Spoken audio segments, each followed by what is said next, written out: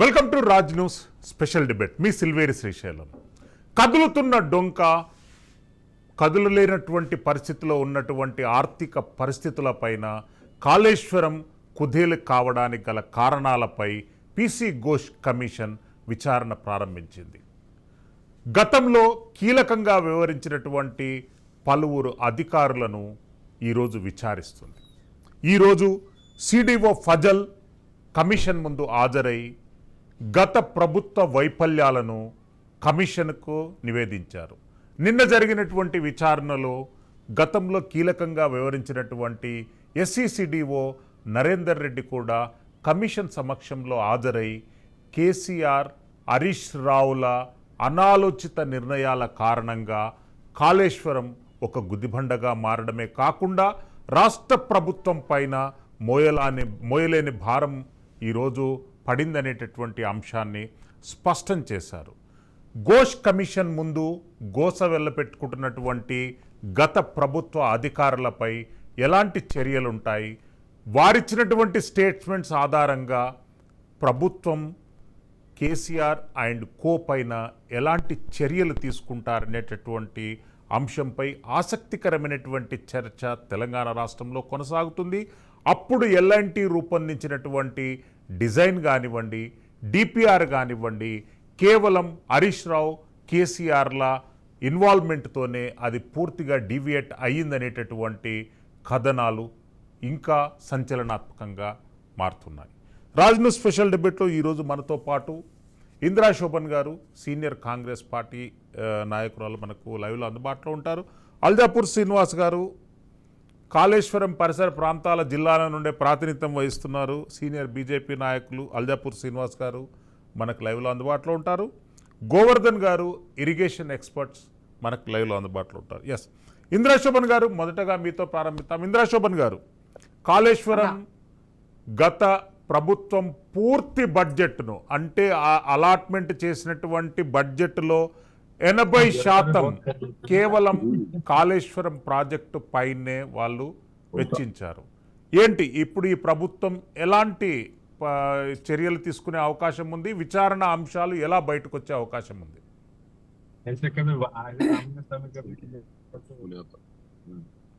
ప్యానెల్లో ఉన్నటువంటి సోదరులకి నమస్కారం. ముఖ్యంగా గత ప్రభుత్వము చరిత్రలో హిస్టారికల్ గా మేము తప్ప ఎవడు చేయలేదు, మేమే చేశాము అని కేసీఆర్ చాలా గొప్పగా చెప్పుకున్నారు కాళేశ్వరం గురించి. దానిపైన వాళ్ళు పని చేసిన దానికన్నా కూడా అడ్వర్టైజ్మెంట్ కి దేశవ్యాప్తంగా ఉన్నటువంటి 29 రాష్ట్రాలలో కూడా వాళ్ళు ప్రకటనలకి ఎక్కువగా ఖర్చు పెట్టారు. ఇది సరిపోదనకుండా అమెరికా వెళ్ళి అమెరికాలో కూడా దీనిని పీపీటీ కూడా అక్కడ కూడా చేశారు. సో ఇవాళ నేషనల్ జియోలాజికల్ సంబంధించినటువంటి మీడియాకి కూడా వాళ్ళు ఇచ్చినటువంటి దానిని ఆ రోజు, అంటే కాళేశ్వరం ఇది గొప్ప ప్రాజెక్టు, అతిపెద్ద లెఫ్ట్ ఇరిగేషన్ ప్రాజెక్ట్ అని చెప్పేసి అక్కడ కూడా ప్రచారం చేసుకున్నారు. తీరా కాంగ్రెస్ పార్టీ పెద్ద ఎత్తున దీని గురించి మాట్లాడినప్పుడు, అది కుంగినప్పుడు, వీటి గురించి మాట్లాడినప్పుడు మాత్రము ఇవాళ ఆ వీడియోని తొలగించినటువంటి పరిస్థితి. అంటే నిజంగానే వాళ్ళకి చిత్తశుద్ధి ఉండి ఈ రాష్ట్రంలో ఉన్నటువంటి బీడు భూములు అవి మాగాణి వైపుకి మళ్ళాలి అని అంటే ఆ ఉమ్మడి ఆంధ్రప్రదేశ్ లో ఉన్నటువంటి మిగిలిపోయినటువంటి పెండింగ్ ప్రాజెక్టులను పూర్తి చేసి ఆ తర్వాత ఇవాళ అంబేద్కర్ పేరు పైన ఉన్నటువంటి చేవెళ్ళ అంబేద్కర్ ప్రాజెక్ట్ కనుక పూర్తి చేసి ఉండినట్లయితే వ్యయం తగ్గిండేది, నిజంగా ప్రజలకి మేలు జరిగేది, ఆర్థిక వ్యవస్థ కూడా గాడిలో ఉండేది. ఇవాళ ఇన్ని కోట్ల రూపాయల అప్పులు అయి ఉండేది కాదు. ఇవాళ కేసీఆర్ చేసిన ఈ నిర్ణయం వల్ల సమయము, డబ్బు, సొమ్ము, సమయం, వీటితో పాటుగా మన యొక్క స్వప్నం, తెలంగాణ రాష్ట్ర ప్రజల స్వప్నం, సొమ్ము, సమయం, స్వప్నం, ఇవి మూడు కూడా కల్లాస్ అయినాయి. ఈ కల్లాస్ అవ్వడానికి ముఖ్య కర్త, కర్మ, క్రియ ఇవాళ కేసీఆర్ గారు. దానికి తోడు వాళ్ళ అల్లుడు హరీష్ రావు గారు. దానికి తోడు ఇరిగేషన్ ఆ రోజు చూసినటువంటి ఎవరు 2018 24 లక్షల ఓట్లు గల్లంతు చేస్తే గెలుపుకు కారణమైనటువంటి ఆ రోజు ఎన్నికల అధికారిగా ఉన్నటువంటి రజత్ కుమార్ గారు, వీళ్ళు కీలకంగా ఈ పాత్ర పోషించాలని చెప్పక తప్పట్లే. ఇవాళ మాట్లాడుతున్నటువంటి వాళ్ళు ఇవాళ కమిటీకి ఇవాళ ఒక్కొక్కరు వెళ్ళి రిపోర్ట్ ఇస్తున్నటువంటి దాంట్లో మనం గమనించినట్లయితే నిన్న మురళీధర్ అయినా నరేందర్ రెడ్డి గారైనా వీళ్ళంతా కూడా రిటైర్డ్ అయినటువంటి ఆఫీసర్స్ ని ఆయన కొనసాగింపుగా తీసుకున్నాడు. రిటైర్ వాళ్ళైతే నేను చెప్పింది చేస్తారు, ఏదైనా చేస్తారు అన్న దాంట్లో వాళ్ళు చేశారు. ఇప్పుడు వాళ్ళు సన్నాయి నొక్కులు నొక్కుతూ ఇద్దరు ఆఫీసర్లు ఇవాళ వాళ్ళ మెడకు చుట్టుకునే పరిస్థితి వచ్చింది. కాబట్టి ఇవాళ వాళ్ళు చెప్తేనే మేము చేశామనంటే, మీరు చదువుకొని వచ్చినారు కదా ఇంజనీరింగ్, ఏది మంచి ఏది చెడు తెలియదా? ఒక ప్రాజెక్టు కట్టేటప్పుడు వేల కోట్ల రూపాయల ప్రజా ధనంతో పాటుగా ఇవాళ దాని యొక్క కాన్సెప్ట్ పూర్తిగా దెబ్బతింటుందని చెప్పలేకపోయినారు ఆ రోజు. మేము అడుక్కున్నాం చాలా మందిని ఆ రోజు. ఉమ్మడి తెలంగాణ వచ్చిన తర్వాత ఈ ప్రాజెక్టుల పట్ల ఆ రోజు పీపీటీ చేసే దాంట్లో నేను కూడా పాత్రధారిని. దాసో శ్రవణన్న ఆ రోజు ప్రజెంట్ చేసినటువంటి పీపీటీలో 6 నెలల సమయం దానిపైన పెట్టి పనిచేసిన దాంట్లో నా పాత్ర కూడా ఉంది దాంట్లో.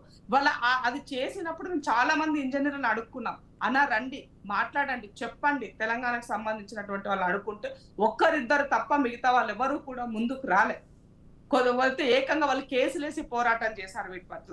ఈ డిబేట్ లో ఇప్పుడు వచ్చే నైనాల గోవర్ధన్ అన్న కూడా మాతో పాటు భాగస్వామ్య ఆ రోజు ఆయన పనిచేస్తున్నారు ఆ పీపీటీకి సంబంధించి.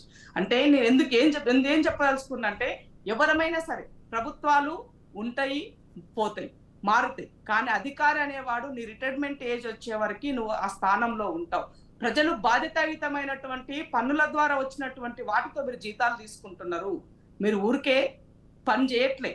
కాబట్టి ఒక బాధితమైనటువంటి పొజిషన్ లో ఉన్నప్పుడు నిర్ణయాలు తీసుకునేటప్పుడు ప్రెజర్ ద్వారా మేము నిర్ణయం తీసుకున్నాం అన్నప్పుడు ఎందుకు తీసుకోవాలి, ఎందుకు చేయాలండి? తప్పే కదా. వాళ్ళు బెదిరిస్తే మీరు సంతకం చేసిందంటే దొంగకు సపోర్ట్ చేసిన వాడు కూడా దొంగే అవుతుందని చెప్తున్నాను నేను ఈ సందర్భంగా. కాబట్టి ఇవాళ అధికారులు దీనికి సంబంధించినటువంటి దాంట్లో ఎవరెవరు భాగస్వాములు అయి ఉన్నారో, ఎవరెవరు దీని వల్ల ఈ నష్టానికి కారకులైనారో, చిన్న అధికారి నుంచి పెద్ద అధికారి వరకు, చిన్న పొలిటీషియన్ నుంచి పెద్ద పొలిటీషియన్ వరకు అందరినీ కూడా దీంట్లో ఎవరిని ఉపేక్షించేది లేదు. కాంగ్రెస్ పార్టీ ప్రభుత్వము ఇవాళ తప్పకుండా వాళ్ళ పట్ల యాక్షన్ తీసుకుంటుంది. కేసీఆర్ గారు కేవలం కాళేశ్వరాన్ని చూపించి ఈ ప్రజలని మభ్యపెట్టి ఇప్పటికీ కూడా వాళ్ళకి అసలు ఏ చింత వచ్చిన పులుపు చావలేదు అన్నట్టుగా వాళ్ళకి ఎవ్వరికి కూడా, మామకు అల్లునికి కేటీఆర్ కి అసలు ఏ మాత్రం సిగ్గు లేకుండా ఇంకా స్టేట్మెంట్లు చేస్తున్నారు వాళ్ళు. నిలబడి ఆ ఓట్లు ఈ ఓట్లు అని వాటి గురించి మాట్లాడుతున్నారు. మాట్లాడే నైతిక ఎక్కడిది మీకు? ఇంకో విషయం సందర్భంగా మీకు ఇంకోటి గుర్తు చేయాలనా, ఇవాళ కాళేశ్వరం ఓపెనింగ్ కోసము కేసీఆర్ గారు 2019 జూన్ 21వ తారీఖు నాడు పెద్ద స్టేట్మెంట్, ఇది నా దగ్గర పేపర్ ఆ రోజు నేను దాచిపెట్టుకున్నా. ఇంకా దీంట్లో ఎవరున్నారో చూడండి ఫోటోలు ఒకసారి. మహారాష్ట్ర ముఖ్యమంత్రి, పక్క రాష్ట్రం జగన్మోహన్ రెడ్డి, వీళ్ళని పెట్టి ఆయన ఓపెనింగ్ చేశాడు. తెలంగాణ ఉద్యమకారులు ఏది చచ్చిపోయినారా? ఆ కుటుంబ సభ్యులు లేకపోయినారా? తెలంగాణ కోసం పనిచేసిన మేధావులు లేకపోయినారా? ఎవరినైనా పిలిచినావా నువ్వు ఆ రోజు? అసలు ప్రభుత్వం వస్తా ప్రభుత్వం రాగానే మొత్తం అంతా వాడు వీడైతాడు వీడు వాడైతాడా? ఇదేనా? ఇంద్రాశోభన్ గారు మళ్ళీ వస్తాను. అల్దాపూర్ శ్రీనివాస్ గారు, ఎట్లా చూడాలండి కాళేశ్వరం ప్రాజెక్టు? డిపిఆర్లకు అనుకూలంగా డిపిఆర్లు రూపొందించినటువంటి విధంగా నిర్మాణం జరగలేదంటని చెప్పి గతంలో పనిచేసినటువంటి సిడిఓలు ఎస్ఈలు లేఖలపైన లేఖలిస్తున్నారు. వాళ్ళ స్టేట్మెంట్లు కూడా గత ప్రభుత్వానికి వ్యతిరేకంగా ఇచ్చారు. ఎట్లా స్పందిస్తారండి ఈ అంశం పైన? మీరు సిస్టమ్ మీద మీట్లో ఉన్నది అల్దాపూర్ శ్రీనివాస్ గారు. నమస్కారం అందరికీ. శ్రీశైలం గారు ఆ రోజే కనీసం ఇప్పుడన్నా మాట్లాడుతున్నారు వాళ్ళు. మరి ఆ రోజే మాట్లాడి ఉంటే ఏమైతుండే? ఆ రోజే వాస్తవాలు బయట పెట్టి వాళ్ళు ఎట్లా రిటైర్డ్ ఇంజనీర్లు కదా వాళ్ళు. ఇది అన్యాయం, రాష్ట్రానికి ప్రజలకు నష్టం, ఆర్థికంగా బాగా మనం దివాలా తీస్తాం. పాపం పని మంచి పని కాదని మా మనసు అంతరాత్మ ఒప్పుకోవట్లేదని చెప్పేసి బయటకు వచ్చి ఉంటే అప్పుడే తరోగా తెలిసిపోతుండే వాళ్ళ కుంభకోణం అంతా కూడా బయటపడుతుండే కదా. ఇవాళ జ్ఞానోదయమైనట్టు ఈ ఆఫీసర్లు, రిటైర్డ్ ఆఫీసర్లు ఎట్లాగో మాకేం నష్టం లేదులే, ఇక వాస్తవాలు చెప్తే మాకే సపోర్ట్ చేస్తారు ప్రభుత్వం కూడా అనుకొని బయట మాట్లాడుతుంటే నిజంగా కూడా సరే ఇప్పటికే మాట్లాడుతూ వేరు విషయం. కానీ ఎంత నష్టం జరిగింది ఈ పార్టీ? ఇప్పుడు అధికారులు వాళ్ళు సర్వీస్ లో ఉండేటువంటి ఒక బ్యూరోక్రాట్స్, సీఓలు, చీఫ్ ఇంజనీర్లు అయినా కానీ ఇంకెవరైనా కానీ అధికారులందరూ కూడా రాజకీయ నాయకులు 5 ఏళ్లకోసారి వస్తూ ఉంటారు, పోతా ఉంటారు శ్రీశైలం గారు. కానీ వాస్తవాలు టెక్నికల్ గా నాలెడ్జ్ ఉండి, హిస్టరీ తెలిసి, దాని యొక్క రిపోర్ట్ తెలిసి, లేకుంటే తెలుసుకునే అవకాశం ఉండి కూడా తెలుసుకుని కూడా మాట్లాడకపోవడం, వారు చెప్పినట్టు గంగిరెద్దులాగా తలుపడం వల్ల ఎంత నష్టం జరిగింది చూడండి. అన్నారం అదే పరిస్థితి, లేకుంటే సుందిల్లా అదే పరిస్థితి, మేడిగడ్డ అదే పరిస్థితి. అంతకు ముందే వైఎస్ గారు ఉన్నప్పుడు సుమారు 11,000 కోట్ల రూపాయలు ఖర్చు జరిగింది దానికి. ఆ యొక్క గ్రామీణ వర్క్ ఖర్చు జరిగింది, ప్లానింగ్ మిగతా అంతా కూడా జరిగింది. ఇప్పుడు ఏం మరి ఇంత ఎస్కలేట్ చేసి మొత్తం డిపిఆర్ మొత్తం మార్చేసి దాని ఖర్చు పెంచేసి ఇవాళ సాధించిందేది?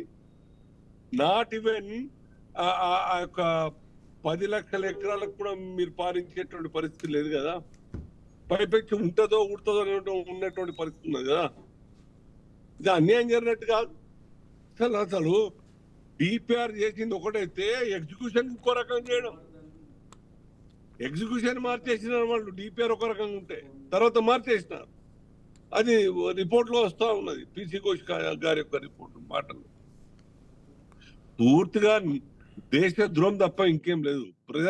ప్రజలకు మోసం, రాష్ట్రానికి మోసం తప్ప ఇంకేం లేదు. ఇదంతా కూడా దీనికి బాధ్యుల్ని అధికారం కూడా చేయాలి. దో దే ఆర్ రిటైర్డ్, ఎవరైతే అధికారం ఉన్నోళ్ళు, సర్వీస్ లో ఉన్నోళ్ళు కూడాను, లేదా రిటైర్డ్ గా అవి కూడా పనిచేసే వాళ్ళని కూడా బాధ్యులు చేయాలి. Not only these 1-2 families are 3-4 families. రాజకీయ నాయకులు చట్టం అంటే భయం ఉండట్లేదు శ్రీశైలం గారు. గౌరవం లేదు, భయం లేకుండా ఉన్నది. కాబట్టి అంత బరిదగి తప్పులు చేస్తా ఉన్నారే. ఎంత అన్యాయం అది. ఏమిస్తున్నారు? ఎన్ని ఎకరాల పారుతా ఉన్నది ఇప్పుడు? ఎందుకు నీళ్ళు వచ్చిన వదిలేసినటువంటి పరిస్థితి వస్తా ఉన్నది. గొప్పగా చెప్తున్నారు ప్రపంచంలో మొత్తంగా కూడా. అసలు ఆ బీబీసీలో చూసుకునే స్థితి తీసుకొచ్చింది. చూడండి, జాతరకు పోరు, ఈ జాతరలాగా పోయి చూసిరండి అని చెప్పి బస్సులు పెట్టినారు. మరి ఇప్పుడు అదే ఆ నాయకులే బస్సులు పెట్టేటువంటి పరిస్థితి ఉన్నదా? ఆ ఆఫీసర్లే తీసుకెళ్లి చూపించే పరిస్థితి ఉన్నదా? వారు ఉన్నప్పుడు, అధికారం ఉన్నప్పుడు కనీసం చూడని కన్నా కానీ చూద్దామని చెప్తున్నా. పోలీసులను అడ్డం పెట్టుకొని ప్రెస్ వాళ్ళని కానీ మనకు కానీ ఎవరిని కూడా అన్ని కూడా ఆపేసారు. ఇవాళ ఎవరు ఆపుతున్నారు చూడండి, అందరు పోయి చూస్తా ఉన్నారు. అయ్యో అయ్యో అని చెప్పి బాధపడతా ఉన్నారు. కాబట్టి ఇది మంచి సీరియస్ జరగాలి. కాంగ్రెస్ పార్టీ దీన్ని సీరియస్ గా తీసుకుని అంతా కూడా చట్టం బయట పెట్టాలి. ఘోష్ గారి యొక్క ఎంక్వైరీ కమిషన్ ద్వారా వాస్తవాలు బయటకు వచ్చి తప్పులు చేసిన వారిని కఠినంగా ప్రభుత్వం చేసి తీరాలి. మళ్ళా అడ్వాంటేజ్ తీసుకోవాలా, భయపెట్టించి చట్టం కేసు ముసుగులు భయపెట్టించి వాళ్ళ లొంగ తీసుకోవాలని ప్రయత్నం చేస్తే వాళ్ళు కూడా సేమ్ కేసీఆర్ పని చేసినట్టే చేసిన ప్రజలు ఆలోచిస్తారు, మాట్లాడుకుంటారు వాళ్ళ గురించి, కాంగ్రెస్ సర్కార్ గురించి. ఇప్పటికైనా స్ట్రిక్ట్ గా ఉండండి. అనుమానాలు వస్తా ఉన్నాయి, చర్చలు జరుగుతా ఉన్నాయి, ప్రజలు మాట్లాడుతా ఉన్నారు. గాంభీర్యం మేకపోతూ గాంభీర్యమే, కాంగ్రెస్ సర్కార్ కూడా ఎవరిని యాక్షన్ తీసుకోవట్లేదని చెప్పి. ఆ యొక్క కరెంటు కుంభకోణం అదే పరిస్థితి ఉన్నది ప్రభాకర్ రావు. ఈ పరిస్థితి అదే ఉన్నది. ఏమనంటే నడుస్తుందిగా ఎంక్వైరీ చేస్తున్నది అని చెప్తా ఉన్నారు. But no action has been taken so far. Aljapur Srinivas గారు మళ్ళీ వస్తాను. ఇందిరా శోభన్ గారు, గత 6 నెలల నుండి కాళేశ్వరంతో పాటు ఎలక్ట్రిసిటీ కొనుగోళ్ల వ్యవహారం పైన విచారణ కొనసాగిస్తున్నటువంటి ప్రభుత్వం ఈ కేసులను, ఈ విచారణను ఏ స్థాయికి తీసుకెళ్లాలనుకుంటున్నారు? ఇప్పుడు అన్ని కూడా ప్రభుత్వం వచ్చిన తర్వాత తెలంగాణ రాష్ట్రం ఏర్పడ్డ నుండి చాలా కమిషన్లు ఏర్పడ్డాయి. ఏ ఒక్క కమిషన్లో ఇన్వెస్టిగేషన్ అనేది కొనసాగలేదు. ఎవరికి జిరాక్స్ పేపర్ల అమౌంట్ వేస్ట్ కానీ కమిషన్లు ఇచ్చింది లేదు, దానితో చర్యలు జరిగింది లేదు. ఇప్పుడు తెలంగాణ గవర్నమెంట్ అంటే ఇప్పుడు ప్రజాపాలన ప్రభుత్వం ఏర్పడ్డ తర్వాత రేవంత్ అన్న సర్కార్లో ఒక ఫస్ట్ మంత్ మొత్తము కూడా వాళ్ళు చేసిన దోపిడీ ఎట్లా చేశారు, ఏం చేశారు అన్నది వైట్ పేపర్ రిలీజ్ చేశారు. పీపీటీల ద్వారా ఈ సమాజానికి తెలియజేశారు. ఒకటి అసెంబ్లీ పెట్టి అసెంబ్లీ రూపకంగా కూడా అసెంబ్లీ ద్వారా కూడా వీళ్ళు చేసిన తప్పులేంది ఎత్తి చూపినారు. అది రికార్డెడ్ గా ఉంటది. కాబట్టి మూడో అంశం ఏంటంటే వాటికి సంబంధించినటువంటి కమిషన్లు వేశారు. ఫర్ ఎగ్జాంపుల్ ఎలక్ట్రిసిటీకి సంబంధించినటువంటి దానికి నరసింహారెడ్డి గారి కమిషన్ వేశారు. వాళ్ళ గత ముందున్నటువంటి మంత్రి జగదీశ్వర్ రెడ్డి గారే అడిగారు, మాజీ మంత్రి గారు, కమిషన్ వేసుకోండి, భయం ఏమున్నది, మేము చేసుకుంటాం, మేము కడిగిన ముత్యం లెక్క బయటకు వస్తామని చెప్పినారు. వేశారు. వేసిన తర్వాత కేసీఆర్ గారు వెళ్ళారా దానికి? అసలు నువ్వు వేసిన కమిషనే తప్పని మాట్లాడినారు ఆయన.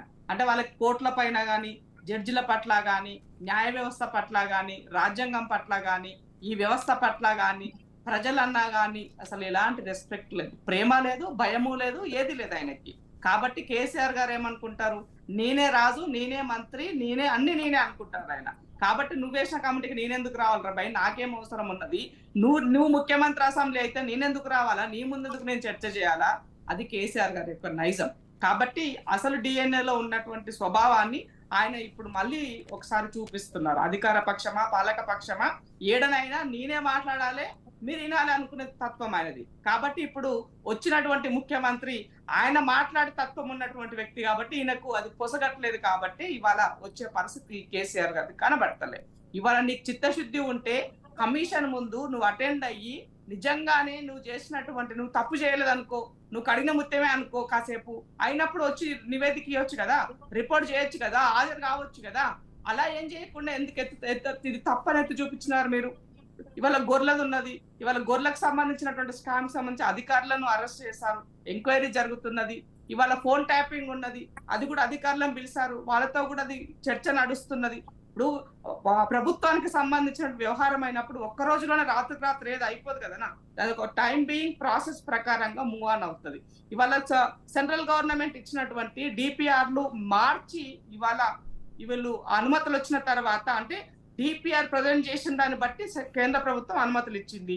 వచ్చినటువంటి అనుమతులను కూడా మీరు అది ఆసరాగా చేసుకొని మీరు డిజైన్ మార్చి వేసి 15 రోజులకు ఒకసారి ప్రాజెక్టులని అది ఒక క్వాలిటీని చెక్ చేయాల్సినటువంటి ప్రాసెస్ లో అది కూడా నెగ్లెక్ట్ చేసి 4 సంవత్సరాల తర్వాత కూడా అది పట్టించుకునేటువంటి పరిస్థితిలో ఉంటే ఇవాళ కుంగిపోయి, పిల్లర్లు కుంగిపోయి, గోడలు కూలిపోయి, ఎక్కడికక్కడ ప్యాచప్లు పడే పరిస్థితికి అది వచ్చినప్పుడు ఇవాళ వాళ్ళ మీద పడుతున్నంతో వాళ్ళ ఆఫీసర్లు బయటకు వచ్చి మాట్లాడి నివేదికిస్తున్నటువంటి పరిస్థితి ఉన్నది. ఇక ఎంక్వైరీ ఎక్కడ ఆగిపోయింది?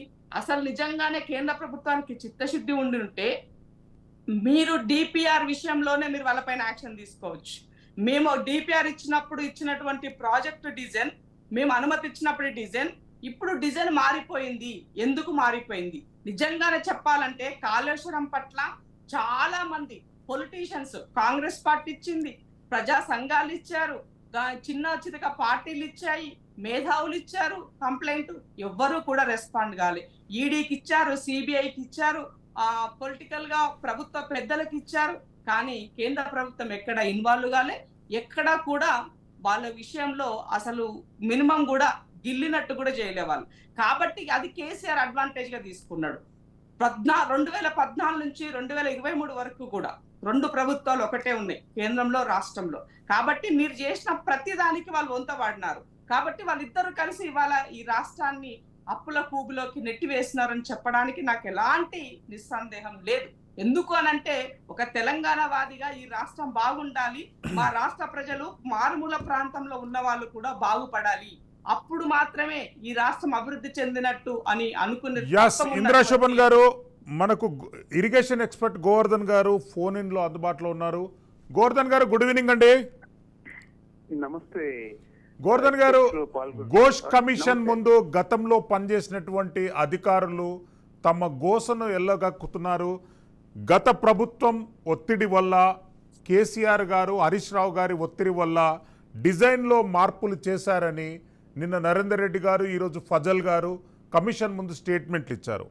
ఎట్లా స్పందిస్తారండి ఈ వ్యవహారం పైన? అంటే ఇది వాస్తవంగా మేము కాలేజ్ తుమ్మిడిహెట్టి ప్రాణహిత నుండి ఏదైతే భారీ ఎత్తున ప్రజాధనాన్ని దండుకోవడానికి, ప్రాజెక్టు బడ్జెట్ ని పెంచడానికి రీడిజైనింగ్ పేరిట కాళేశ్వరం మేడిగడ్డకు మార్చారు. అసలు యాక్చువల్ గా ఎదురు ఎక్కించేటటువంటి క్రమం అనేది ప్రపంచంలో ఏ బ్యారేజీలో మనకు కనిపిస్తుంది. అంటే నీళ్ళు వస్తే ఒకవైపు నదిలో కానీ ఎక్కడైనా ట్రిబ్యునరీ లో కానీ నీళ్ళు వస్తే అవతల వైపు మళ్ళిస్తారు, అంతే. ఉన్న నీళ్లు మిగతా నీళ్ళన్నీ బయటకు వెళ్ళిపోతాయి. కానీ ఆ నిబంధనలకు పూర్తి విరుద్ధంగా వీళ్ళు స్టోరేజ్ చేశారు. రెండవది ఫ్రమ్ ద బిగినింగ్ నుంచి కూడా దీంట్లో ఒక ఉద్దేశపూర్వకమైనటువంటి భారీ ఎత్తున గోవర్ధన్ గారు సారీ ఫర్ ఇంటరప్ట్ యూ. ఇప్పుడున్నటువంటి పరిస్థితుల్లో తెలంగాణలో ఇరిగేషన్ సిస్టమ్ డెవలప్ చేయడానికి గత ప్రభుత్వం రూపొందించిన ప్రణాళికకు ఆల్టర్నేట్ ప్లాన్ ఎవరి దగ్గర ఉంది? అసలు వాస్తవంగా ఇలాంటి ఎత్తిపోతలే ఈ రాష్ట్రానికి దిక్కు అని చాలా మంది ఇంజనీర్లు దోపిడీకి మెగా లాంటి బడా కాంట్రాక్టర్లకి, కేసీఆర్ లాంటి బడా దోపిడీదారులకి, పాలకుల ముసుగులో బడా దోపిడీదారులకు వంత పాడేటటువంటి కొంతమంది ఇంజనీర్లు ఎత్తిపోతలే దిక్కు అని బదిలీ చేశారు. ఇది బేసికల్లీ రాంగ్. మేము దీన్ని నిర్ద్వందంగా ఖండిస్తున్నాం. 1-2 దశల్లో తప్ప అంతకంటే మించినటువంటి ఏ ఎత్తిపోతలైనా అది విఫలమవుతుంది, అది సస్టైనబుల్ కాదు, అది రికరింగ్ బడ్జెట్ విపరీతంగా పెరుగుతుంది. ఇది కాళేశ్వరమే చూస్తే కనుక అది మనకు క్లియర్ గా కనిపిస్తుంది. ఆయన ఎప్పుడు కూడా 2 TMCలు 180 TMCలు సంవత్సరానికి ఏ రోజు ఎత్తిపోలే. దీనికి భిన్నంగా ఈరోజు సౌత్ తెలంగాణలో, దక్షిణ తెలంగాణలో ఎక్కడైతే గొట్టిగారిపల్లి లాంటి విలేజ్ లో టి హనుమంతరావు ప్రపంచ ప్రఖ్యాత ఇంజనీర్, UN ఐక్యరాజ్య సమితి అడ్వైజర్ చేపట్టినటువంటి 4 వాటర్ కాన్సెప్ట్. నీళ్లు ఆకాశంలోంచి వర్షం రూపంలో వస్తాయి. ఆ వర్షం రూపంలో వచ్చినటువంటి నీళ్ళని భూమి పైన సర్ఫేస్ లో ఒక 3-4 నెలలు నిల్వ చేయాలి. సిమెంట్, ఇసుక, కాంక్రీట్, తర్వాత ఈ స్టీల్, ఉక్కు ఏమి లేకుండా అత్యంత సాంప్రదాయక పద్ధతిలో అతి తక్కువ ఖర్చుతో ఎకరాకు 4,000 రూపాయలతో నిల్వ చేయొచ్చు. ఆ విధంగా అది భూగర్భంలో నీళ్లను పెంచుతుంది. భూగర్భంలో నీళ్లు పెరిగినప్పుడు సాయిల్ మాయిశ్చర్ పెరుగుతుంది. ఈ రోజు ఒక రాయలసీమ తార్ ఎడారి లాంటి గొట్టిగారిపల్లి, జహీరాబాద్, కోహిర్ కు దగ్గరగా ఉన్నటువంటి మండలంలో ఈ రోజు చెరుకు లాంటి వాటిని కూడా పండిస్తున్నారు. June-May మాసంలో వాగులన్నీ ఉప్పొంగి పొందుతాయి. కానీ ఇక్కడ కాంక్రీటు, స్టీలు, సిమెంట్, ఇసుక ఉండదు. కాబట్టి మెగా లాంటి కాంట్రాక్టర్లు, హరీష్ రావు లాంటి బడా నేతలు, కేసీఆర్ లాంటి బడా నేతలు, మురళీధర్ రావు లాంటి బడా, నల్లా వెంకటేశ్వర లాంటి బడా బ్యూరోక్రాట్లకి కమిషన్లు రావు ఇక్కడ. కాబట్టి దే వోంట్ యాక్సెప్ట్. అంటే ఇలాంటి విషయాలంటే మేము నీటిపారుదల విషయాల పట్ల అనేక ఇలాంటి దాన్ని రాజస్థాన్ లో 21,000 గ్రామాల్లో రిప్లికేట్ చేశారు. ఇది తప్ప మనం ఎత్తిపోతల గురించి మాట్లాడితే అది వైఫల్యం. ఇదే మెగా కాంట్రాక్టర్ కాళేశ్వరం, మేడిగడ్డ, అన్నారం మూడు పంపింగ్ సిస్టమ్ తో పాటు మొత్తం కాళేశ్వరంలో 75% పంపింగ్ సిస్టమ్ అయిందే. 3వ TMCలో 33,000 కోట్ల పంపింగ్ సిస్టమ్ అయిందే. 4,000 కోట్ల రూపాయల కి మెగా కాంట్రాక్టర్ కి నామినేషన్ పండించారు without any tender. States tender, national tender, world biddings. గూడెంలో కూడా ఇతనే నిర్మించాడు. ప్రస్తుతం మంచిర్యాల జిల్లా గోదావరి పక్కన. అది కూడా మొత్తం అన్నారం మేడిగడ్డ లాగానే అది కూడా 16 ఫీట్ల లోతులు తుడిచిపెట్టుకుపోయింది మొత్తం మోటార్లు అన్ని కూడా. ఈ విధంగా అది ఇప్పటికి దాదాపు ఒక 50 times బ్రేక్ డౌన్ అయింది. ఆ ఎత్తిపోతలు అనేక 30,000 ఎకరాల్లో దాదాపు సగం పంట దెబ్బతింది. అంటే ఇప్పుడు మనం కాళేశ్వరం చూద్దాం. ఇక్కడ కీలకమైనటువంటి విషయాలు ఏంటంటే కేసీఆర్ కి, హరీష్ రావుకి, మెగాకి తాబేదారులుగా అనేక మంది L&T, ఆఫ్కాన్ లాంటి వాళ్ళకు తాబేదారులుగా పనిచేసినటువంటి బడా ఇంజనీర్లు, రజిత్ కుమార్ లాంటి వాళ్ళు, నల్లా వెంకటేశ్వర్లు, ఈ రోజు మురళీధర్ రావులు, వీళ్ళందరూ కూడా ఈ రోజు మాట్లాడుతున్నారు. ఆ రోజు ఎప్పుడు మాట్లాడలే. అధికారంలో ఉన్నప్పుడు అధికారపు యొక్క అడుగులకు మడుగులెత్తడం, వాళ్ళ కాళ్ల కింద, చెప్పుల కింద తివాచీలుగా పనిచేయడం అనేటువంటి చేశారు. రాష్ట్ర ప్రయోజనాలను ఏ రోజు కూడా వీళ్ళు పట్టించుకోలేదు. ఈ రోజు రాష్ట్రం 70,000 కోట్ల రూపాయల అప్పుల నుంచి 7 లక్షల కోట్ల రూపాయలుగా మారడానికి మెగా లాంటి కృష్ణారెడ్డి, పిచ్చిరెడ్డి ఈ రోజు రాష్ట్ర ఖజానా మొత్తం 7 లక్షలకు అప్పులైతే ఆయన $5 బిలియన్ సంపదతో ఫోర్బ్స్ బిలియనీర్లు వెలుగొందారు. వాళ్ళ భార్య న్యూయార్క్ అందాల షోలో గోవర్ధన్ గారు 2006 సంవత్సరంలో వైఎస్ రాజశేఖర రెడ్డి గారు ప్రాణహిత చేవెళ్లను ప్రాజెక్టును అందుబాటులోకి తీసుకురావాలి, దానికి ప్రణాళికలు రూపొందించాలి అని అన్నారు. ప్రాణహిత చేవెళ్ల కాళేశ్వరంగా ఎట్లా మారింది, ఏ పరిస్థితులలో మారింది? అంటే ఒకటే సార్, ప్రాణహిత చేవెళ్ల 38,500 కోట్లతో అది పూర్తవుతుంది. అప్పటికే 9,500 కోట్లు ఖర్చు చేశారు. అందులో ఉమ్మడి ఆదిలాబాద్ జిల్లాలో తుమ్మిడిహెట్టు నుంచి ఎల్లంపల్లి వరకు తుమ్మిడిహెట్టు నుంచి ఎల్లంపల్లి వరకు, లేదా తుమ్మిడిహెట్టు నుంచి సుందిళ్ళ వరకు, తుమ్మిడిహెట్టు నుంచి సుందిళ్ళ వరకు అయితే వితౌట్ ఎనీ లిఫ్ట్ నేరుగా వస్తుంది. అక్కడ 148 మీటర్లు, 72వ కిలోమీటర్ మైలారం తర్వాత 138 మీటర్లు ఎత్తు సముద్ర మట్టానికి. ఇటు ఇక్కడికి వచ్చేసరికి సుందెళ్ళకి వచ్చేసరికి 132, సుమారు 16-18 మీటర్ల తేలిగ్గా డౌన్ ఫాల్ ఉంది. అదే ఎల్లంపల్లి కనుక ఎత్తిపోస్తే కేవలం 18-19 మీటర్ల లిఫ్ట్ తో ఎల్లంపల్లికి ఎత్తిపోయచ్చు, ఒకటే ఒక లిఫ్ట్ తో. ఇలా అలాంటప్పుడు అన్నారం అక్కర్లేదు, మేడిగడ్డ అవసరం లేదు. అయితే ఇక్కడ ఇది కాంగ్రెస్ వాళ్ళు నిర్మించారు కాబట్టి కాంగ్రెస్ వాళ్ళు క్రెడిట్ వస్తుంది. రెండవది అత్యంత కీలకం ఏంటంటే ఈ 38 కోట్లు మనం తినడానికి సరిపోవు. దీన్ని ఒక 2 లక్షల కోట్ల వరకు చేయాలి. 2 లక్షల కోట్ల వరకు చేయాలంటే దీన్ని మార్చాలి. దీన్ని మార్చాలంటే అక్కడ నీళ్లు లేవని చెప్పాలి. నీళ్లు లేవని చెప్పడం కాదు, అసలు మిగతా విషయాలు కాదు, వీటన్నింటికంటే ముందే వీళ్ళు మార్చాలని చెప్పేసి 2016లోనే నల్లా వెంకటేశ్వర్ల చేత మిగతా అన్ని హై లెవెల్ కమిటీ పేరిట వాటి అన్ని కూడా టెండర్స్ అన్ని ఫైల్ చేసి పడేశారు. గోవర్ధన్ గారు మీరు లైన్ లో ఉండండి. ఒకసారి బీజేపీ నాయకులు అల్జాపూర్ శ్రీనివాస్ గారు లైన్ లో ఉన్నారు, మనం ఒకసారి ఆయన వర్షన్ తీసుకుందాం. అల్జాపూర్ శ్రీనివాస్ గారు, నేషనల్ డ్యామ్ సేఫ్టీ అథారిటీ వాళ్ళు ప్రాజెక్టును విజిట్ చేసి ఒక రిపోర్టు తయారు చేశారు. రిపోర్టు ఇంతవరకు ప్రజలకు అందుబాటులోకి రాలేదు. బీఆర్ఎస్ బీజేపీ మధ్య అవినాభావ సంబంధం కొనసాగుతుంది అన్నదానికి ఈ ఒక్క ఆధారం సరిపోదా అల్జాపూర్ శ్రీనివాస్ గారు? మీరు నేషనల్ డ్యామ్ సేఫ్టీ అథారిటీ ఇచ్చినటువంటి రిపోర్ట్ ఆధారంగా సిబిఐ ఇన్వెస్టిగేషన్ ఎందుకు అడగలేదు? నేను చెప్తాం. అల్జాపూర్ శ్రీనివాస్ గారు మీరు స్పందించినాక గోవర్ధన్ గారు స్పందిస్తారు మళ్ళీ. అల్జాపూర్ శ్రీనివాస్ గారు, కెన్ యూ హియర్ మీ? అల్జాపూర్ శ్రీనివాస్ గారు ప్లీజ్ పీసీఆర్ ఒకసారి కనెక్ట్ చేయండి. గోవర్ధన్ గారు మీరు స్పందించవచ్చు. అల్జాపూర్ శ్రీనివాస్ గారు వింటున్నారా? Yes yes please. Hello, yes వినిపిస్తుంది. రాష్ట్ర ప్రభుత్వం ఆల్రెడీ కమిషన్ వేసింది. ఆ కమిషన్ యొక్క ఎంక్వైరీ మొదలైంది. ఆ యొక్క డిపోజిషన్ తీసుకుంటా ఉన్నది కమిషన్. అక్కడి నుంచి నేషనల్ డ్యామ్ సేఫ్టీ వాళ్ళు కూడా, అథారిటీ వాళ్ళు కూడా వచ్చినారు. ఏ రోజువారీ కార్యక్రమ ఈ యొక్క యాక్టివిటీస్ అన్ని కూడా ఏం చెప్తున్నారు, రోజువారీ ఇక్కడ పీసీ కోచ్ రివ్యూ చేస్తున్నారు. అది కూడా అంతే, వాళ్ళు కూడా చాలా ఇంపార్టెంట్, దాని యొక్క ఇంపార్టెన్స్, దాని యొక్క కాన్ఫిడెన్షియాలిటీ మొత్తం కూడా మెయింటైన్ చేయాలి. కాబట్టి వాళ్ళంతా కూడా ఆ రిపోర్టు దాని తర్వాత కూడా ఫర్దర్ గా వాళ్ళేం ఆలోచిస్తున్నారు.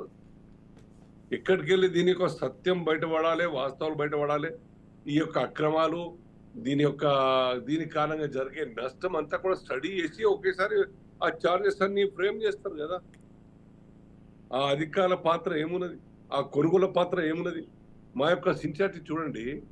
ఆ విషయాలు ఏవి తెలియక ముందు ఉత్తమ్ కుమార్ రెడ్డి గారు పార్లమెంట్ లో ప్రశ్న లేవనెత్తినారు. కాళేశ్వరం మీద అసలు సంగతి ఏంది, అభివృద్ధి జరిగిందని చెప్తున్నారు అని ప్రశ్న అడిగితే మా జలశక్తి మంత్రి షెకావత్ గారు అప్పటికి మాకు ఇప్పటికి సమాచారం, అభివృద్ధి జరిగినట్లు సమాచారం లేదు అని చాలా ఓపెన్ గా, ట్రాన్స్పరెంట్ గా పార్లమెంట్ హౌస్ లో జాబ్ ఇవ్వడం జరిగింది. మళ్ళీ ఆ మంత్రి, అదే మంత్రి after receiving all this information మళ్ళీ పార్లమెంట్ లో చెప్పడం జరిగింది. ఎస్ జరిగింది, అనేక ఆరోపణలు వస్తా ఉన్నాయి, అక్రమాలన్నీ కూడా మాకు ఇన్ఫర్మేషన్ అందింది, తథాగతంగా పక్కా కారణాలు కనబడతా ఉన్నాయి, రీజన్స్ కనబడుతున్నాయని చెప్పడం జరిగింది. ఇది మనం రాష్ట్ర ప్రభుత్వమైనా సీరియస్ చేయాలని కోరుకుంటున్నాం. మేము ఎందుకు ఇడిచిపెడతాం సార్? ఎవరికైనా ఇడిచిపెడతామా? ఎందుకు ఇడిచిపెట్టాలి? ఎస్, అల్జాపూర్ శ్రీనివాస్ గారు కొద్దిగా నెట్వర్క్ కంజెషన్ ఉంది. మళ్ళీ మీరు కొద్దిగా నెట్వర్క్ అందుబాటులో ఉన్న దగ్గర ఉంటే దయచేసి నేను మళ్ళీ మిమ్మల్ని తీసుకుంటాను. ఇంద్రశోభన్ గారు, can you respond on the same subject please?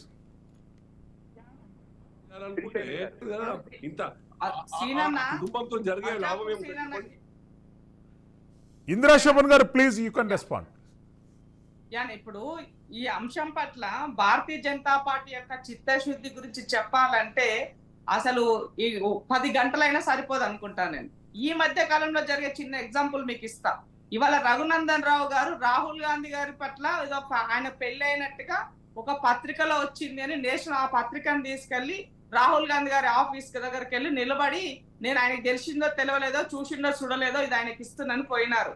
ఇదే చిత్తశుద్ధి తెలంగాణ రాష్ట్ర ప్రజల పట్ల ఉన్నటువంటి దోచుకున్న సొమ్ము పట్ల కక్కియడం కోసము ఎందుకు చూపించలేకపోయినారు? మీరు ఈ రాష్ట్రంలో అధికారం రావాలని తాతాలు ఆడుతున్నారు కదా, మరి కేంద్రంలో ఉన్నటువంటి మీ పెద్దలను ప్రసన్నం చేసుకొని దీనిపైన ఎంక్వైరీ చేయండి. కేసీఆర్ గారు, కేటీఆర్ గారు, తర్వాత మెగా కృష్ణారెడ్డి గారు దోచుకున్నారు. వాళ్ళు ఇవాళ వాళ్ళు ఎక్కడ విదేశాల్లో వాళ్ళ పెట్టుబడులు పెట్టుకున్నారు. ఇవన్నీ ఉత్తమ మాటలు చెప్పారు కదా, ప్రాక్టికల్ గా మీరు ఎందుకు చేయలేకపోయినారు? యాజ్ ఏ అడ్వకేట్ గా you have a right, but ఎందుకు చేయలే? ఒక తెలంగాణ ఉద్యమకారిగా ఉన్న రఘునందన్ అన్న మరి ఎందుకు చేయలేని అడుగుతున్నాను నేను. అంటే పొలిటికల్ మైలేజ్ ఎక్కడొస్తే అవి మాట్లాడతారు తప్ప నిజంగా తెలంగాణ రాష్ట్ర పట్ల ఆ ప్రజల పట్ల వాళ్ళకి చిత్తశుద్ధి లేదు బీజేపీ వాళ్ళకి అర్థమైంది. బీజేపీ బీఆర్ఎస్ రెండు ఒకటని ఈ సందర్భంగా మరొకసారి ప్రూవ్ అయిందని మీకు తెలియజేస్తున్నా.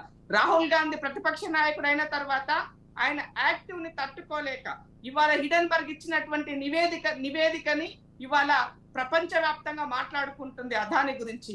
కాబట్టి ఎట్లనైనా డిఫేమ్ చేయాలా రాహుల్ గాంధీ గారిని ఇవాళ ఇలాంటి విషయాలను చౌకబారినటువంటివి తెలంగాణ రాష్ట్రంలో కొద్ది మంది బీజేపీకి సపోర్ట్ చేసేటువంటి మీడియా గో మీడియా వాళ్ళు ఇవాళ ఇవి పెద్ద ఎత్తున మాట్లాడుతున్నారు. ఎందుకు మాట్లాడుతున్నారండి? ఏం అవసరం ఉందండి దాంతో? ప్రజలకు ఏమైనా నష్టమే కార్యక్రమం అది కాదు కదా. అది ఆయన వ్యక్తిగతం, అది అయ్యిందో కాలేదో ఆయన వివరణ ఇచ్చుకుంటారు రాహుల్ గాంధీ గారు. దాని గురించి ఎందుకు మాట్లాడుతున్నారు ఇవన్నీ విషయాలని అడుగుతున్నాను.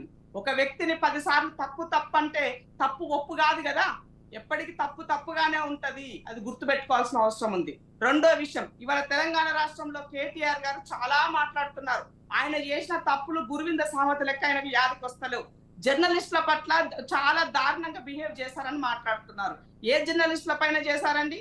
ఇవాళ రఘు అనే జర్నలిస్ట్ ని మీరు కదా చిత్రహింసలు పెట్టింది. ఇవాళ కాలోజీ ఛానల్ సంబంధించిన శ్రీనివాస్ ని మీరు కాదా అతని పైన 3rd డిగ్రీ ప్రయోగించింది? ఇవాళ ఏ జర్నలిస్ట్ వదిలిపెట్టినారు మీరు ఆ రోజు ఆ 10 సంవత్సరాల కాలం పాటు? ఎస్, జర్నలిస్ట్ తనకు ఉన్నటువంటి స్వేచ్ఛ ద్వారా ఎవరు ఎప్పుడైనా ఎక్కడైనా మాట్లాడొచ్చు. న్యూట్రల్ గొంతుగా వాళ్ళ ప్రజల పక్షాన వాళ్ళు వినిపించవచ్చు, దాన్ని తప్పు పట్టరు. కానీ నిన్న జరిగినటువంటి ఇష్యూలో ఇది సందర్భం లేదన్న కానీ నేను చెప్పాల్సిన అవసరం ఏర్పడుతుంది. ఇవాళ మీరు రాజ్ న్యూస్ సాక్షిగా ఈ సమాజానికి తెలవాల్సిన అవసరం ఉంది. ఇవాళ నా సోదరి మనులు ఇద్దరు కూడా కొండారెడ్డిపల్లికి పోయినారు. కొండారెడ్డిపల్లిలో వెళ్ళి ఒక జర్నలిస్ట్ గా మీరు ఏం చేయాలి? న్యూట్రల్ గా వ్యవహరించాలి. పాజిటివ్ నెగిటివ్ రెండు తీసుకోవాలి. రుణమాఫీ అయిన వాళ్ళది తీసుకోవాలి, రుణమాఫీ కాని వాళ్ళది కూడా తీసుకోవాలి. కాని వాళ్ళది తీసుకున్నప్పుడు ఏమవుతుంది? ఈ సమాజానికి తెలుస్తుంది, అధికారులకు తెలుస్తుంది, ప్రభుత్వం స్పందిస్తుంది, వాళ్ళకు న్యాయం జరుగుతుంది. కానీ మీ ధోరణి ఆ రకంగా లేదు. ఏ రకంగా అయినా ముఖ్యమంత్రి ఊరు కాబట్టి ఊరికి పోయి బ్లేమ్ చేయాలి. కేసీఆర్ లెక్క చింతమడకలో ఉన్న వాళ్ళకి ఏం చేయలేదు కదా, ఇక్కడ రేవంత్ రెడ్డి కూడా ఏం చేయకపోయి ఉండొచ్చునేమని ఒక అపోహలో మీరు ఉన్నారు. కానీ రేవంత్ రెడ్డి ఆయన ఊర్లో నిష్పక్షపాతంగా అందరికీ కూడా రుణమాఫీ చేస్తున్నారు. కాని వాళ్ళకు కూడా చేసుకోమని సమస్య ఉంటే అధికారులను కలవమని చెప్తున్నారు. కేటీఆర్ సో ఏముంది? అధికారిని కలవమంటే అధికారిని కలవాల్సిన అవసరం లేదు అంటున్నాడు. అంటే మీకు ఇక్కడ కూడా రాజకీయమే కావాలి తప్ప ఇవాళ తెలంగాణ వాళ్ళకి, తెలంగాణ బిడ్డలకి, రైతులకి న్యాయం జరగాలన్న ఆలోచన మీకు లేదని కనబడుతుంది.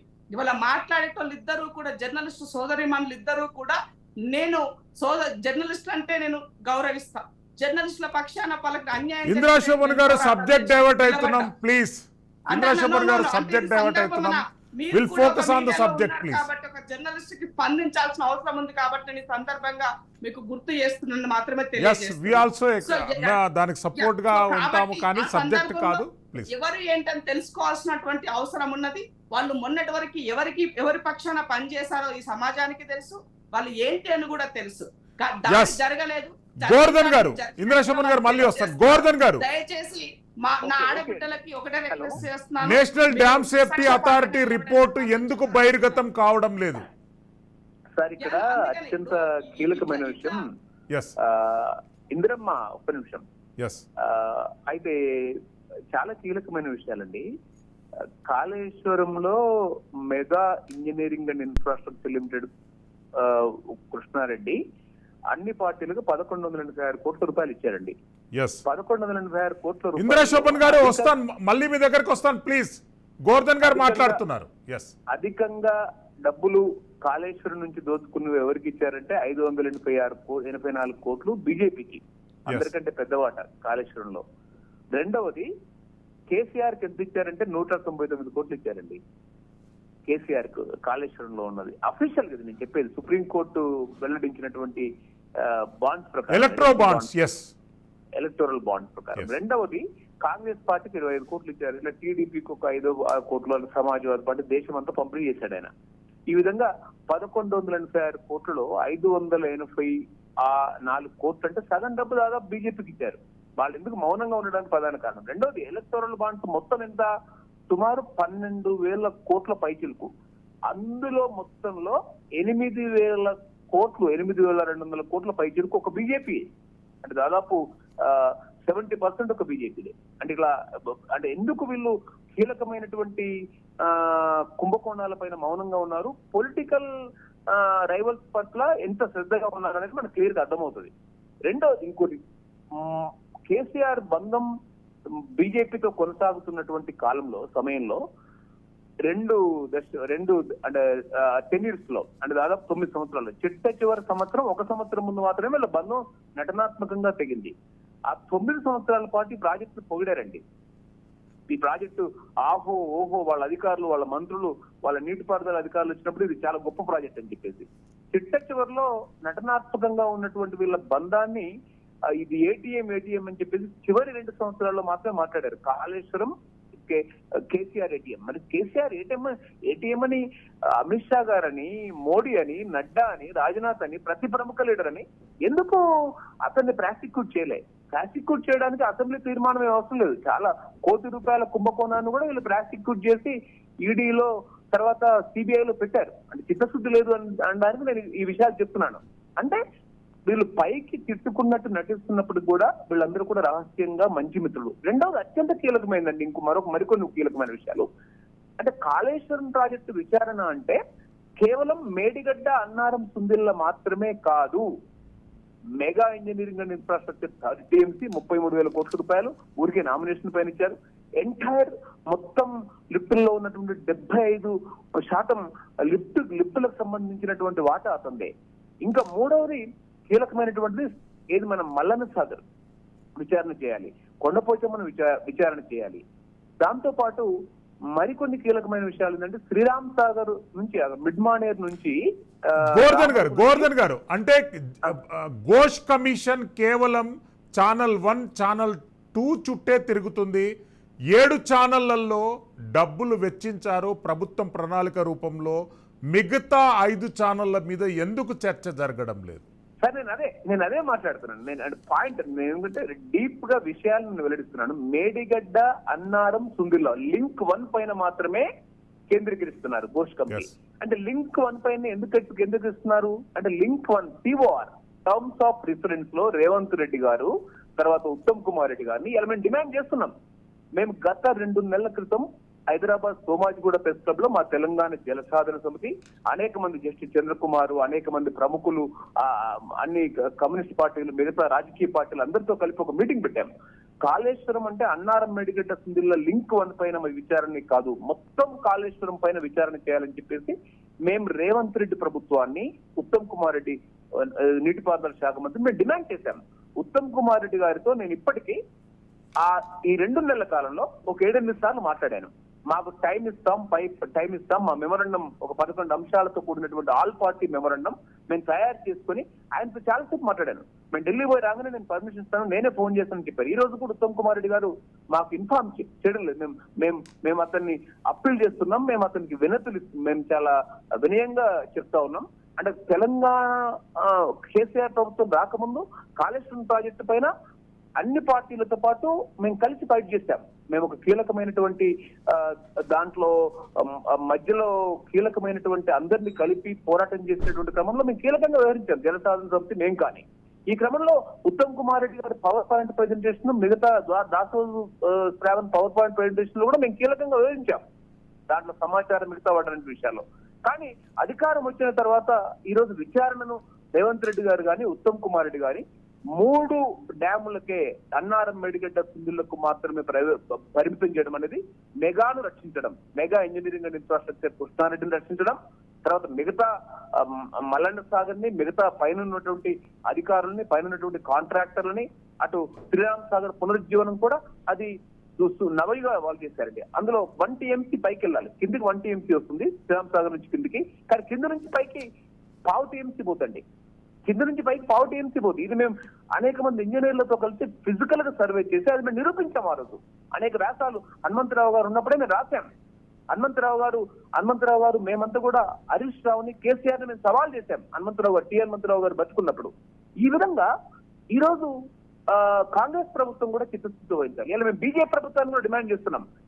సైమల్టేనియస్లీ చంద్రఘోష్ కమిషన్ ఉండగా కూడా సిబిఐ విచారణ జరపడానికి ఎవ్వరూ అడ్డం లేదు. ఎవరు సిబిఐ మన అసెంబ్లీ తీర్మానం చేయాల్సిన అవసరం లేదు, కేబినెట్ తీర్మానం చేయాల్సిన అవసరం. గోవర్ధన్ గారు అదే విషయాన్ని డైరెక్టర్ అల్జాపూర్ శ్రీనివాస్ గారిని అడుగుదాం. అల్జాపూర్ శ్రీనివాస్ గారు శ్రీనివాస్ గారిని, రేవంత్ ఎవరు మన మోడీ గారిని, తర్వాత ఇక్కడ ఉన్నటువంటి సంజయ్ గారిని, ఇక్కడ ఉన్నటువంటి హోమ్ మినిస్టర్ కిషన్ రెడ్డి గారిని మేము డిమాండ్ చేస్తున్నాం.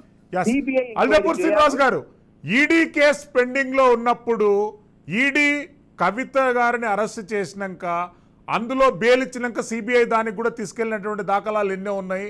అందులో బెయిల్ ఇస్తారనేటటువంటి అప్రహెన్షన్తో రెండు నేషనల్ టాప్ లీడింగ్ ఏజెన్సీలతో ఇన్వెస్టిగేషన్ చేశారు.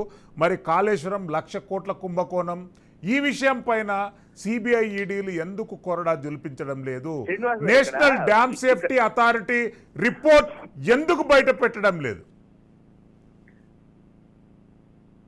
సిస్టమ్ మీద మ్యూట్ లో ఉన్నది అల్జాపూర్ శ్రీనివాస్ గారు, అన్మ్యూట్ చేయండి. శ్రీశైలం గారు, మనకందరికి కూడా ప్రభుత్వాల పరిధులు తెలుసు. రాష్ట్ర ప్రభుత్వం యొక్క పరిధి, కేంద్ర ప్రభుత్వం యొక్క పరిధి, ఇక్కడ విజిలెన్స్ పరిధి, అక్కడ సిబిఐ కావచ్చు, ఈడీ కావచ్చు, ఏ సందర్భంలో ఇన్వాల్వ్ అవుతుంది ఒక రాష్ట్రంలో ఉన్నటువంటి ఒక ఇష్యూ మీద. ఈ కమిషన్ ఎవరు వేసినారండి? రాష్ట్ర ప్రభుత్వం కదా. రేవంత్ రెడ్డి గారు ఆ కమిషన్ కి పనులు ఏమేమి సార్, అల్జాపూర్ శ్రీనివాస్ గారు ఇది పిల్ల కాల్వల గురించి మాట్లాడడం లేదు సార్. ప్రభుత్వ ధనము లక్షలాది కోట్ల రూపాయల గురించి మాట్లాడుతున్నాము. భారతీయ జనతా పార్టీకి కూడా ఇందులో ముడుపులు అందినాయి. భారతీయ జనతా పార్టీకి కూడా ఎలక్ట్రో బాండ్స్ రూపంలో నిధులు వచ్చినాయి. మరి మీరు దీని మీద ఓపెన్ గా సిబిఐ విచారణ చేసి 1,00,000 కోట్లు గల్లంతు పైన మీరు విచారణ చేయాలి కదా. మీ ప్రశ్నకే నేను జవాబు చెప్తున్నాను. రాష్ట్ర ప్రభుత్వం వేసిన కమిటీ, రాష్ట్ర ప్రభుత్వం నిర్ధారించిన అంశాల మీద ఎంక్వైరీ చేస్తున్నటువంటి పీసీ ఘోష్ కమిటీ, ఈ యొక్క రాష్ట్ర ప్రభుత్వమే బడ్జెట్, గత సర్కార్ యొక్క బడ్జెట్ ద్వారా కట్టినటువంటి ప్రాజెక్టు అవినీతి తెలంగాణ రాష్ట్రంలో జరిగింది, అక్రమాలు తెలంగాణ రాష్ట్రంలో జరిగింది. ఇక్కడ ఎక్కడైనా డ్యూరింగ్ ఆల్ 5 years కాళేశ్వరం మొదలైనప్పటి నుంచి ఇప్పటిదాకా కేంద్ర ప్రభుత్వం యొక్క 1 రూపాయి అయినా అక్కడ ఆ పర్టికులర్ ప్రాజెక్ట్ కోసం అలొకేషన్ అయినటువంటి ఉంటే చెప్పండి నాకు. కేంద్రం ఇచ్చినటువంటి ఒక ఫండ్స్ లో, బడ్జెట్ ద్వారా వచ్చిన ఫండ్స్ లో 42% ప్రకారంగా రావాల్సింది రాష్ట్ర ప్రభుత్వానికి ఇరిగేషన్ రూపంలో ఇంత రవంలో వస్తుంది. కానీ కాళేశ్వరంకి ఎక్కడ ఇవ్వలేదు, మల్లసాగర్కి ఎక్కడ ఇవ్వలేదు, కొండపోచమ్మకి ఎక్కడ దేనికి ఇవ్వలేదు. మీరు చూడండి. అయితే అక్కడ మా పాత్ర ఎందుకు వస్తుంది అంటే enquiry unless state government request central government, CBI involve అవుతుంది. ఇక్కడ శ్రీనివాస్ గారు, ఇప్పుడు విజయన్ కూతురు ఉంది, కేరళ విజయన్ కూతురు, 1 కోటి రూపాయలు ఎక్కడి నుంచో ఎన్జిఓ ఫండ్ ఇంటర్నేషనల్ గా వచ్చింది. ఆ 1 కోటి రూపాయలు కూడా పైన కూడా సిబిఐ ఏంటంటే చాలా చిన్న చిన్న అంశాల పైన విచారణ చేస్తున్నారు. ఇది 1,00,000 కోట్లు, 50,000 కోట్ల కుంభకోణం. శ్రీనివాస్ గారు, దయచేసి మీరు రాష్ట్రాన్ని రక్షించవలసినటువంటి బాధ్యత కూడా మీ పైన ఉంది. 1,00,000 రూపాయలైనా 1,00,000 కోట్లైనా కానీ పరిధి, ఆ యొక్క పరిమితులు ఉంటాయి. మనకు తెలవాలే, తెలుస్తుంది కూడా, తెలియకనే కాదు. బీజేపీని అంటే ఇప్పుడు ఎన్నికలు లేవు, పొలిటికల్ మైలేజ్ లేదు అని ఆలోచిస్తున్నారా అల్జాపూర్ శ్రీనివాస్? మా పాత్ర ఎక్కడుందో చెప్పండి అంటున్నా నేను. రాష్ట్ర ప్రభుత్వం సార్, మీ కోరితే పాత్ర మొత్తంగా కాదు కూడా సార్. దిగుతుంది. ఇప్పుడు శ్రీనివాస్ గారు మొత్తం ఇక్కడ దిగుతారు, చేస్తారు. రాష్ట్ర ప్రభుత్వం కోరుకోదు, ఎందుకంటే శ్రీశైలం పొలిటికల్ గారు. Mileage Yes. కావచ్చు వాళ్ళ ఇద్దరు. సార్ ఇప్పుడు ఇంతకాలం ఎంక్వైరీ ఇంతకాలం పడుతుంది. శ్రీనివాస్ సార్, తెలంగాణ కాబట్టి అనేది భారతదేశ రాష్ట్ర భూభాగంలో ప్రభుత్వం భాగం. యొక్క బాధ్యత ఉన్నది ఈ యొక్క వాస్తవాలు బయటకు తీసి యాక్షన్ తీసుకోవాల్సింది. సార్, కాంగ్రెస్ ప్రభుత్వం కూడా దోషే. ఇప్పుడు ఇది పూర్తి కాళేశ్వరం పైన, మెగా పైన, బీజేపీ మల్లన్న మైనస్ సాగర్ చేయండి పైన సార్. మిగతా- నయనాల గారు, మీరు బీజేపీని ఎక్స్క్లూడ్ చేయండి మీ ఆరోపణలలో. నేను ఇంత క్లియర్ గా చట్ట పరిధిలో శ్రీనివాస్ సార్, ఎవరు బీజేపీ సార్, చెప్తున్నాను, బీజేపీ పైన మాట్లాడడం లేదు లా పాయింట్ చెప్తున్నా, లీగల్ చెప్తున్నా, మా పాత్ర ఇక్కడ ఎక్కడ లేదు. సార్. మేము మేమే కాంగ్రెస్ కనుక ఆరోపిస్తున్నాం కదా కాళేశ్వరం- మొత్తం ఏటీఎం లాగా దోచుకున్నారని. శ్రీనివాస్ సార్, దోచుకున్న కాంగ్రెస్ బయట పెట్టారు, మేమే చెప్తున్నాం కదా. మాకు సార్, లేదు సార్, మీకు తెలియదా? ఆంధ్రప్రదేశ్ లో సిబిఐ రానికి అవకాశం లేదు, నేను ఇవ్వను, అనుమతి ఇవ్వను అని చెప్తే సిబిఐ రాలేదు అప్పట్లో తెలుగుదేశం ప్రభుత్వం ఉన్నప్పుడు చంద్రబాబు నాయుడు. ఇక్కడ కూడా అంతే, ఇక్కడ కూడా కేసీఆర్ కూడా అంతే, సిబిఐ కోరుకోలేదు. సార్, ఇట్లా చాలా చోట్ల అన్నారు. ఈ ప్రభుత్వం ఇప్పుడు- కోరడం దమ్ముంటే ఈ ప్రభుత్వం రాయమని చెప్పండి కేంద్రానికి. ఈ ప్రభుత్వం- శ్రీనివాస్ సార్, ఈ ప్రభుత్వం గనక కేసీఆర్ ను జైల్లో పెట్టకపోతే, విచారణ చేయకపోతే, కాళేశ్వరం మొత్తం పైన విచారణ చేయకపోతే, ఈ ప్రభుత్వం పైన కూడా మేము పోరాడతాం. Yes. ఆ ప్రభుత్వం కాదు, రాష్ట్ర మేము కూడా ప్రయోజనాలు, పోరాడతాం కదా. రాష్ట్ర ప్రజల ప్రయోజనాలు. మేము పోరాడుతున్నాం కదా. మాకన్నా ఎక్కువ కాంగ్రెస్ పార్టీ కొట్లాడి ఇందాక కాళేశ్వరం కుంభకోణాల మీద. సార్ మీ పోరాటం WWE అంటున్నారు గోవర్ధన్ గారు. WWE ఫైట్ ఎట్లుంటుందో మీ పోరాటం అట్లుంటది అంటున్నారు గోవర్ధన్ గారు. కరెక్ట్ గా మీరే అన్నారుగా మాట. మీకు తెలుసు, చట్ట ప్రకారంగా జరిగినటువంటి ఒక వ్యవహారం సుప్రీంకోర్టే దానికి ఓకే వేసింది. దాన్ని ఇంకేం లేదు సార్, మాట్లాడుకోవాలి. అది ఇది- మళ్ళీ ఇది- దానికి సార్, శ్రీనివాస్ గారు, మీరు సార్, ఈ రాష్ట్రంలో బీజేపీల కేసీఆర్ పోరాటంతో దోపిడీ- కృష్ణారెడ్డికి జీరో పైసలు దేశవ్యాప్తంగా అవన్నీ. ప్రాజెక్టులు వచ్చినాయరా? Yes.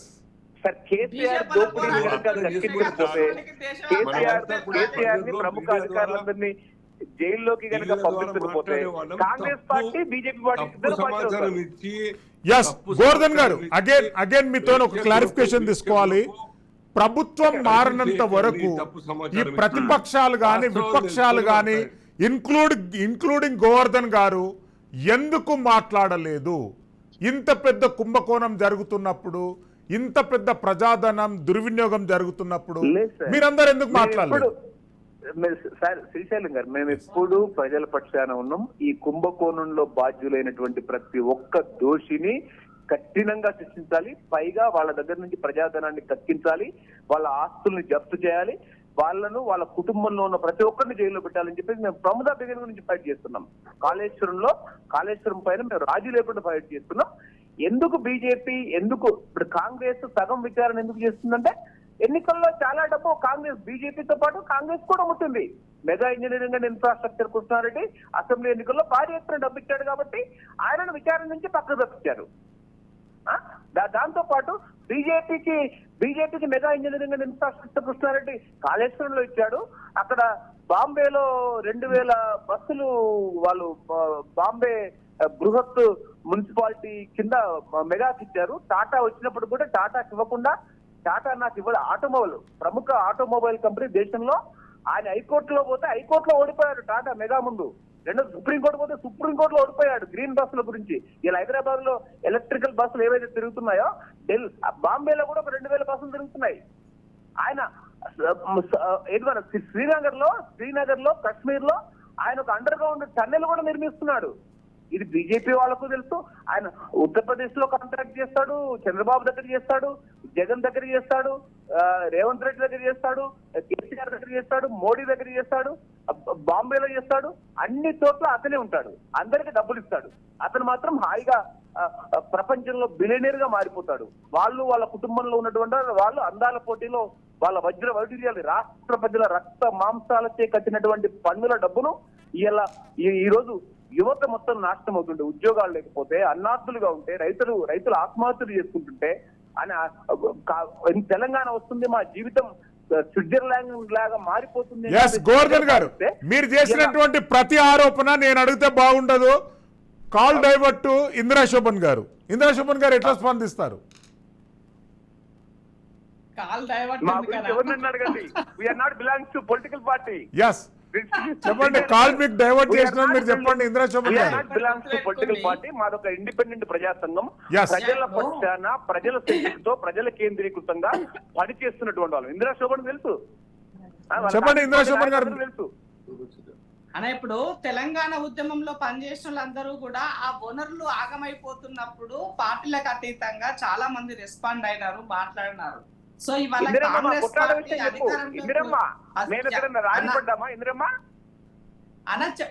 చెప్తున్నాను, మీరు రాకముందుకే చెప్పాను నయనాల గోవర్ధన్ పాత్ర కూడా ఇందులో అని. ఎస్, ఇందిరా శోభన్ గారు, గోవర్ధన్ గారు ప్రధానంగా అలిగేషన్ చేసింది గత ప్రభుత్వము ఇంత పెద్ద ప్రజాధనం దుర్వినియోగం చేస్తున్నప్పుడు కాంగ్రెస్ పార్టీ ఉద్యమించలేదు. Point number 1. పాయింట్ నంబర్ 2, కాళేశ్వరంకు కాంట్రాక్టర్లుగా పనిచేసినటువంటి బడా మెగా కాంట్రాక్టర్లు ఇప్పుడు కూడా మీ దగ్గర కంటిన్యూ అవుతున్నారు. ఈ ధృతరాష్ట్ర కౌగిలి రాజకీయాలను ప్రజలు ఎట్లా అవగాహన చేసుకోవాలి? చాలా సీరియస్ లో ఉన్నారు. ఇప్పుడు గత ప్రభుత్వం చేసిన తప్పులను ఎండగట్టితేనే ప్రజలు మాకు ఇవాళ అవకాశం ఇచ్చారు. సో ఆ రోజు పీపీటీ పవర్ పాయింట్ ప్రజెంటేషన్ ను ఇచ్చిందే కాంగ్రెస్ పార్టీ. సో దాని తద్వారానే ఈ ప్రజలకు ఏం జరుగుతుందో తెలిసినటువంటి అంశం. దాంట్లో గోవర్ధన్ అన్న కూడా ఉన్నారు, మీకు ఇందాక కూడా నేను అదే చెప్తున్నా, ఆయన భాగస్వామ్యం కూడా ఉందని. అంటే ఇప్పుడు ఇవాళ ఈ రాష్ట్రం వచ్చిన తర్వాత కొత్తగా టెండర్లు ఏవి పిలవలే. కొత్తగా టెండర్లు పిలిచి మేము పాత వాళ్ళకి కనుక ఇచ్చినట్లయితే మీరు అనుకోవచ్చు. ఇవాళ అది గ్లోబల్ టెండర్ లో వచ్చినప్పుడు గ్లోబల్ టెండర్ లో వాళ్ళు పార్టిసిపేట్ అయ్యి తీసుకొని క్వాలిటీ లేకుండా క్వాలిటీ లెస్ ప్రాజెక్టులు కట్టినప్పుడు తప్పకుండా ప్రశ్నిస్తాం, తప్పకుండా వాళ్ళకి పనిష్మెంట్ అనేది ఉంటది.